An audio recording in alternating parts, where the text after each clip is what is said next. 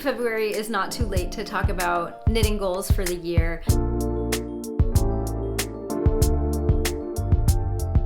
Hi everyone, welcome back to my channel, Ninas. My name is Amy, and here I talk about all things knitting. And in today's video, I'm going to be talking about my 2024 knitting goals. I hope February is not too late to talk about knitting goals for the year. It took me a while to sort of accumulate enough to talk about and sort of really, I wanted to think and make sure that my goals really aligned with what I wanted to share and that I was going to commit to them. This would be my first year actually documenting my knitting goals formally in a YouTube video and sharing it with you all. I would say in 2023, I had a batch of informal goals that were always in the back of my mind, but I didn't make a dedicated video about it. I think I would more share them in my seasonal knitting plan videos, but I thought that this would be a good year to start documenting some goals and intentions I have for my knitting life. The idea mostly came up when I was preparing to film my Everything I Knit in 2023 video, taking all my knits out from the drawers, setting them all out in front of me, looking through all of my project notes and project pages, and there was just a lot of space to reflect on what I knit in the past year, and it just got my mind spinning and thinking of all these different ways that I want to improve upon my knitting life and journey in this upcoming year. So I've kind of been accumulating a short list of goals to follow for my knitting since about December. They would come up at random points in time, like I didn't come up with all of them in one sitting. Definitely over the course of the past 2 months, I've been jotting them down in my notes app on my phone as something pops into my head and kind of tweaking and fine-tuning the list. And now I'm ready to share them all with you today. Now, as I dive into each of my knitting goals, I will preface that these are very generic, broad goals. I don't know, I thought I would just do something a little bit more broad, a little bit more general, maybe a little bit less restrictive, and knitting is my hobby and I have a lot of fun with it, so I wasn't trying to get too specific with each of these goals. And I'm not going to hold myself to these goals too strongly in 2024. In fact, I feel like using the word goals for them makes them sound a lot harsher than I think they're going to be to me. I think a better term might be intentions or guidelines, or maybe just like general ideas to frame my knitting this year. And of course, these goals are certainly very specific to me. They may or may not align with your knitting and craft goals, and that's okay if they're very different. Crafting is an individual thing, and it's really fun to have very different interests and goals for the year. So enough babbling about what my goals are and how I'm going to talk about them. Let's just dive right in. I have my list here. It looks like I have 12, 11? Maybe 12.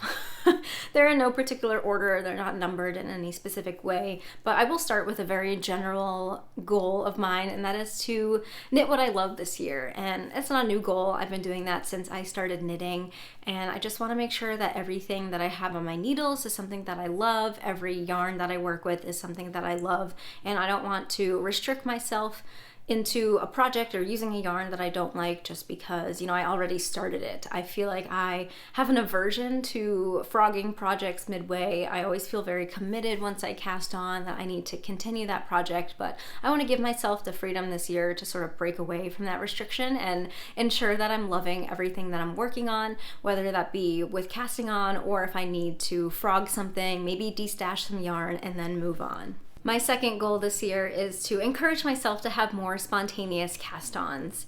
You might know that I am a planner. I really enjoy planning out my knitting project plans. I share them in a seasonal video every season where I have a very curated list about what patterns that I intend to go throughout, a period of 3 or 4 months. And I feel like this past year that kind of restricted me because I was so focused on getting through the list and making sure that I'm not casting on things that weren't on the list, or maybe not casting on things for the sake of needing to finish what was on my planning list. And although I am still going to continue to project plan diligently, I don't want it to restrict me in any way. Sometimes there is just creative energy that I get. It might be on a day's notice at a random time where I just feel like I need to cast on a certain project, or maybe there's a new pattern that was released that, I didn't even know about while I was making my project plans for the season. So I want to give myself the ability to cast on spontaneously and also maybe not worry about how many projects I have on the needles. I know for some people it can be stressful to have a lot of different things on the needles. For For me, I don't think I necessarily have that stress or barrier, so since I don't have that, I think it's fine to continue casting on projects, and maybe I'll need to reassess if I do that throughout the year and I have 40 whips, but I don't think that'll happen. But I do want to encourage myself that if I want to cast something on and I'm able to, that I should. Goal number 3 is to not be afraid to repeat colors or styles or fabrics in my knitting. So I have had this aversion in my knitting and yarn buying habits to not buy the same color yarn twice, to try to not knit the same style sweater twice or more than once. And I think there's value in that. You know, you want to have variety in your projects and try new things, but there's also value in acknowledging, you know, things and that you love, colors that you love, yarns that you love, patterns that you love, and will get repeated use out of. For example, I love blues, I love creams and whites, and I love stockinette raglans, but for some reason I just have prevented myself from making more because I think, oh, I already have a navy blue raglan, so why would I make another one, even if it is a slightly different pattern or a slightly different yarn. And I'm trying to break away from that too. I want to encourage myself this year to not be afraid to repeat the same color or repeat the same style sweater. Lots of knitters I follow on Instagram and YouTube have beautiful collections of sweaters that use the same yarn multiple times. I think it's kind of cool if you have multiple sweaters, maybe they're different styles, but they use the same yarn color or maybe the same color family, and vice versa, sweater collections that are very similar patterns but all different yarns. And I think that can be really cool and something that I might want to lean into a little bit more this year.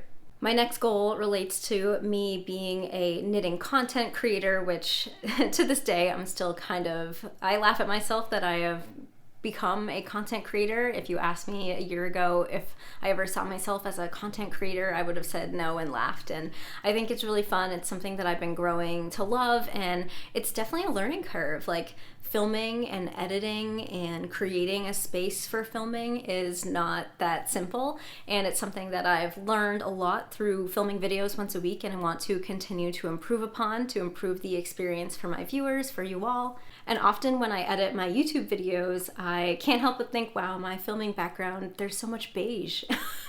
It's kind of like a sad beige room, and I just have never had an eye for interior design or styling, and so to me, making this whole room beige was very safe. So to work on this goal, I actually have been learning a little bit more about interior design and styling with an online class called Craft Your Space, Design the Perfect Room with DIY Decor on Skillshare.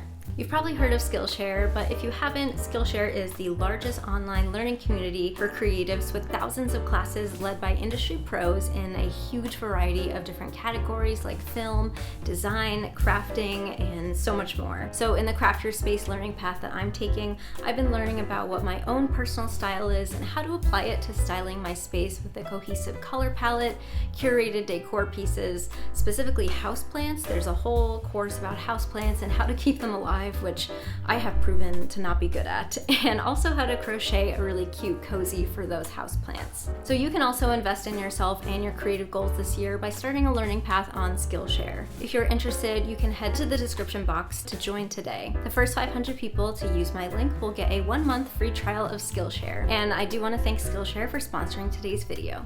So yeah, I'm excited with the potential to kind of spruce up my filming area. We do live in a 1-bedroom apartment, so filming areas and spaces, there aren't too many to pick from, and this room has proven to be the best for lighting and such, so I would love to spruce it up a little bit. I mean, both for myself, I live here, I live in this room, and also for you guys watching, so that will be an exciting goal to tackle this year. My next goal is to knit some projects from patterns from books that I already own. I love knitting books. I think that they are really aesthetic to look at. They're beautiful pieces to look through, the photographs and designs. They're just really nice, but I don't really want my knitting books to collect dust. I want them to have some useful purpose besides being just an aesthetic piece in my home. Some knitting books I own, I purchased with my own money. Some were gifted to me, and I just want to make sure I use them. Like, I have this beautiful Knitting for Olive book that is quite hefty, and there is a ton of beautiful patterns to knit in here, so I'd love to check off, saying that I knit, at least one pattern from here. Same with this Santa this garn booklet. I do have some patterns in here that I want to knit, but I want to make sure I actually do it. So I'm going to document it as a goal, and I think it'll be nice to, you know, not pay for a pattern for once and dive into something that I already have. With that goal, with using my knitting books, I also want to be aware that if there's knitting books that I own that I don't open, I think it's okay to part with them despite, you know, wanting them in the first place. Like, I have some stitch dictionaries, like the Vogue Knitting Stitch Dictionary that I got and was super excited for. It's a beautiful hardcover book, but as someone who doesn't design, I feel like I don't have too much use for that book with all the different stitches. You know, I'm a pattern follower, so I'm just gonna dive into a pre-written pattern instead of diving into that book. So I want to tell myself that it's okay to let those books go, to pass those off to people who I know would use them much more than I do currently. So that's also a goal of mine, to kind of de-stash my book collection if I find that I'm not using them. My goal number 6 is to knit fewer warm weather knits. Now, 2023 was my year of warm weather knitting. Out of all of the garments that I knit for myself last year, 40% of them were warm weather knits, like tanks and tees, and I just find that I don't wear them enough to justify them being 40% of my knitting projects in the year.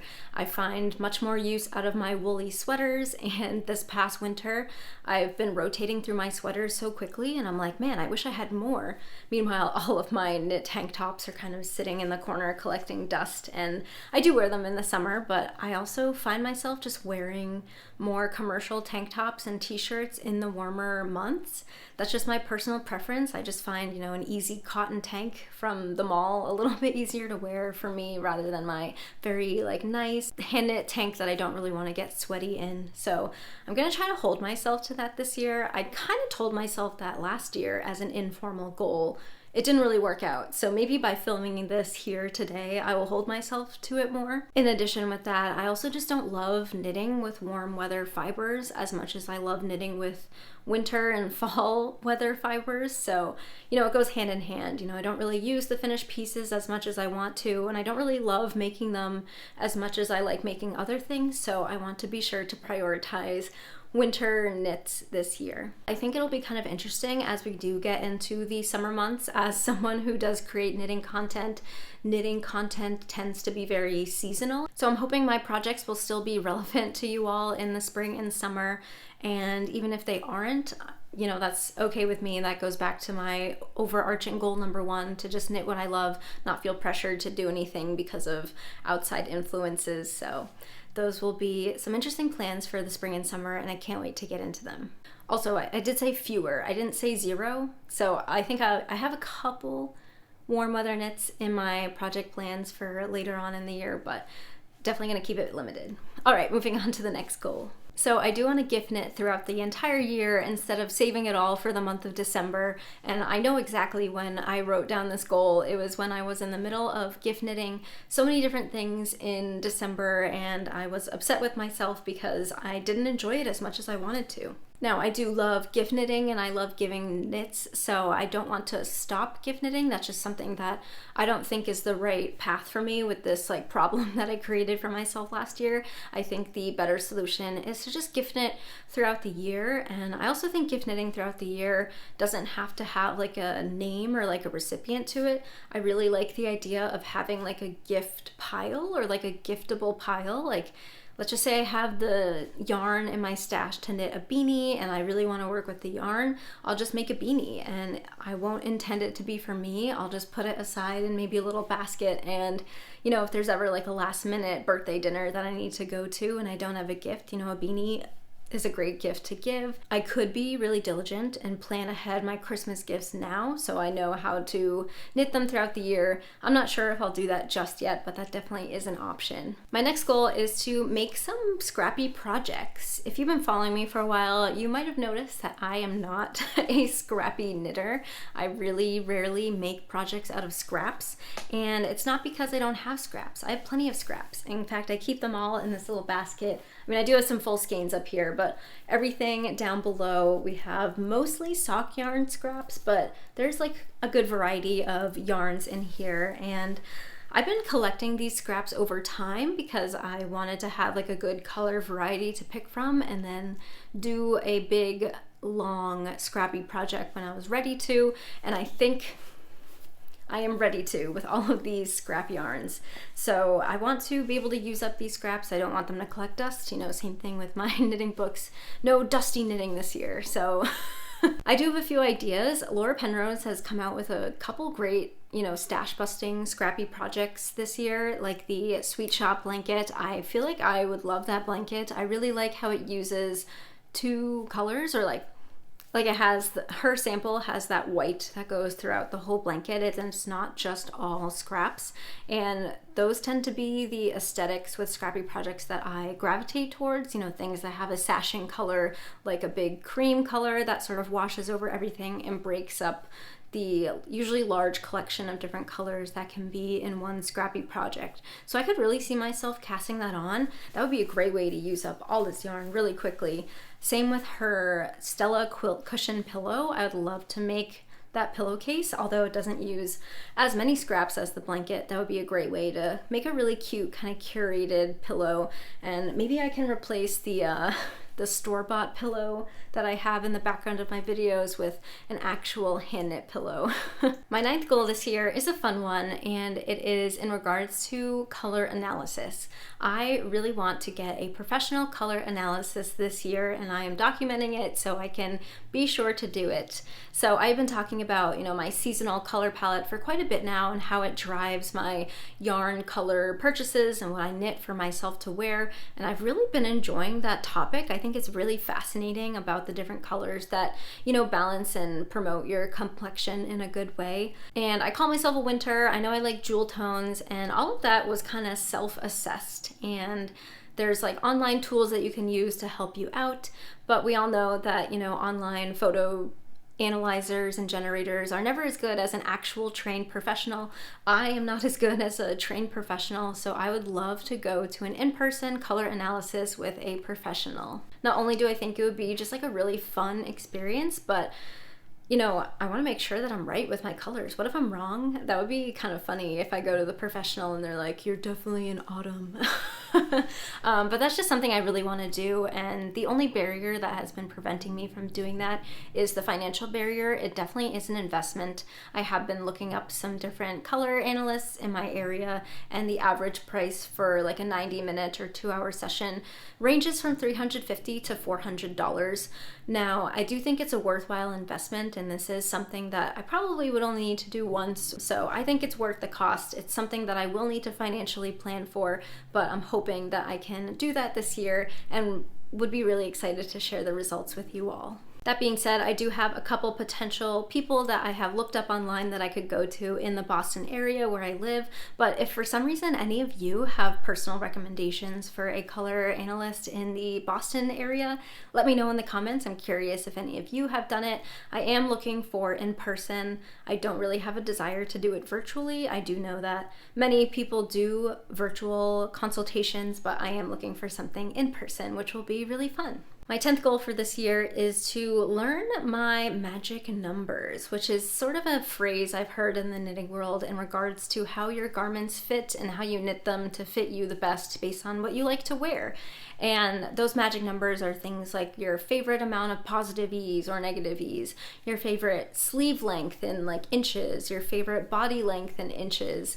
And those are things that, you know, I had a lot of fit issues last year with some of my projects, and I think honing in on my magic numbers for garments will help me guide, you know, what knitting patterns I make and also how I knit and modify those knitting patterns to best suit what I like to wear. I think it also might help me kind of accelerate some of my knitting projects where if I know that I like my sweaters to have a certain body length, you know, knitting to that length is going to be a lot quicker if I don't have to try it on every single inch and see how it lays on my body. And I definitely have a decent collection of sweaters and garments at this point to measure and see if there are like common themes with the sizings and how I make them based on like sweaters I love to wear, you know, how long are they, and sweaters I don't love to wear and how long are they, and try to avoid that. I do know this year I am going to try to make my sweaters a little bit more cropped to better fit my body proportions. I have found that I knit a lot of sweaters a little bit too long for myself last year, so I am going to actively try to make things a little bit more cropped to better fit me. Same with sleeve length, you know, I don't want sleeves to be too long. And with positive ease, you know, I really like wearing this Monday sweater. It has about 5 inches of positive ease on me, and I think that might be a good starting point for choosing other sweaters to knit or choosing what size to knit within other patterns. So I'm looking forward to being a little bit more technical with my measurements and my garments and really understanding what works best for me. All right, this is my last goal, and this one is, I think, everyone's goal, and it's to purchase less yarn. I had to say it. I mean, everyone says it every year, but I actually had the opposite goal last year. I wanted to build up my stash last year. I always thought it would be really fun to have a curated yarn collection, to have the ability to cast on spontaneously. And I'm definitely at a point where I am content with the size of my yarn collection, and I don't want to increase it anymore. I definitely want to pare back on purchasing yarn, use up what I have, and sort of keep the rate of input equal to or less than my output with projects. I think if I kept buying yarn at the rate that I was, you know, not only is it not good financially, but I would start to get overwhelmed and not see like the light at the end of the tunnel for when I could knit through all this yarn. Right now, I feel satisfied with the amount of yarn that I have because I can visualize knitting through all of it, and it's within about a calendar year, maybe a year and a half. If I had a lot more yarn and I knew it would take me like 5 years to get through it all, that's something that I personally would feel stressed about. And so right now I want to lower my yarn buying, knit up some of my collection, and still selectively add to my yarn stash when the opportunity arises. I am going to keep this goal pretty realistic with myself. I knew if I gave myself a yarn purchasing ban that I would not be able to hold myself to that. I just know myself, and I know that a whole 365 days of not buying yarn would be impossible for me.